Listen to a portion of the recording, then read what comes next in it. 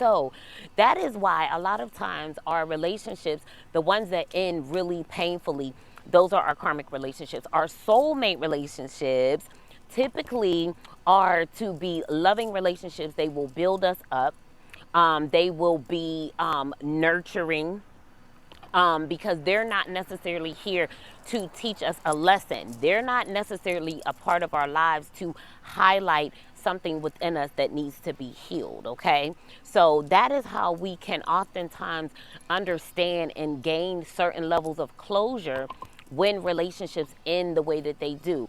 You want to think of it like this: that particular person and I contracted for them to come into my life this particular lifetime and teach me a lesson, teach me something about myself, highlight something within me that I need to change, okay? And then when we do that, when we make those changes, that is when the karmic relationship is over. Like, once you learn what it is that you need to learn.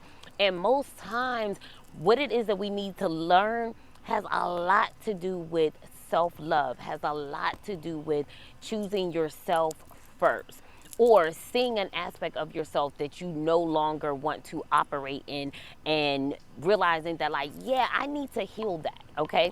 This particular relationship brings out my karmic masculinity, and I need to not no my toxic masculinity, and that's not something that I want to be a part of me, right? Or at least that's what you were here to learn this lifetime. And as we begin to learn those lessons, we elevate our soul, and oftentimes those relationships will fall by the wayside because they did their job. You know what I mean? You fulfilled the contract. You learned what you were supposed to learn, right? So that is how I want us to view our relationships that are difficult in nature, the ones that are very, very hurtful.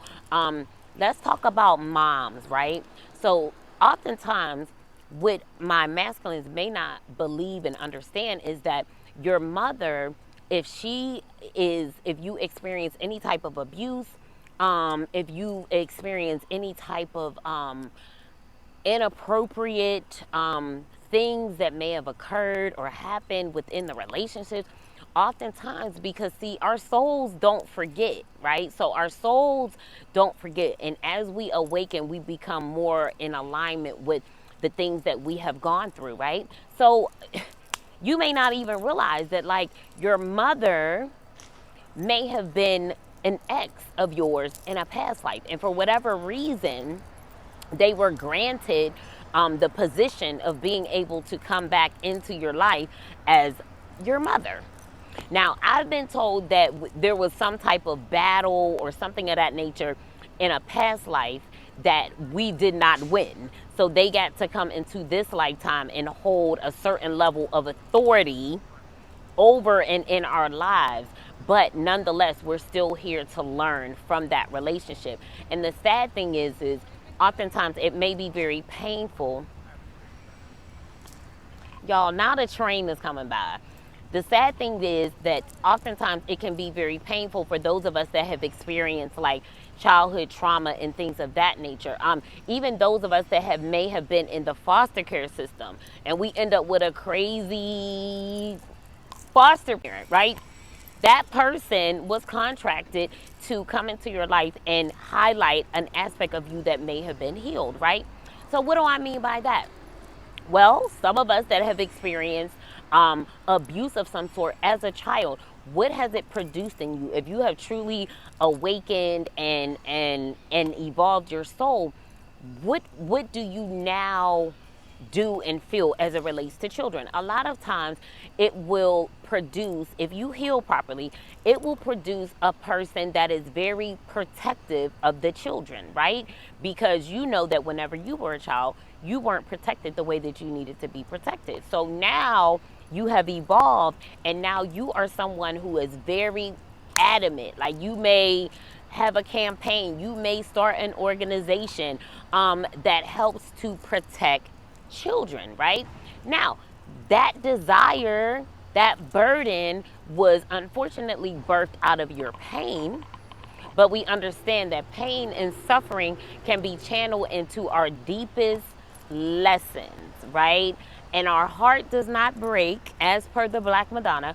Our heart does not break, our ego breaks, and our heart expands for us to be able to have a greater capacity for love. For love.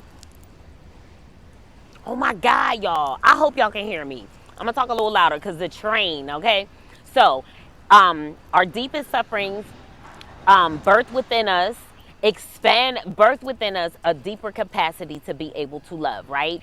And without darkness, there is no transformation. So we have to go through things that are painful. We have to go through suffering because within that is transformation. Within that, certain things within us, with certain things within our DNA, certain things within our souls becomes awakened, it becomes initiated, it becomes alive. We start to remember who it is that we were. We start to remember what our power is, right?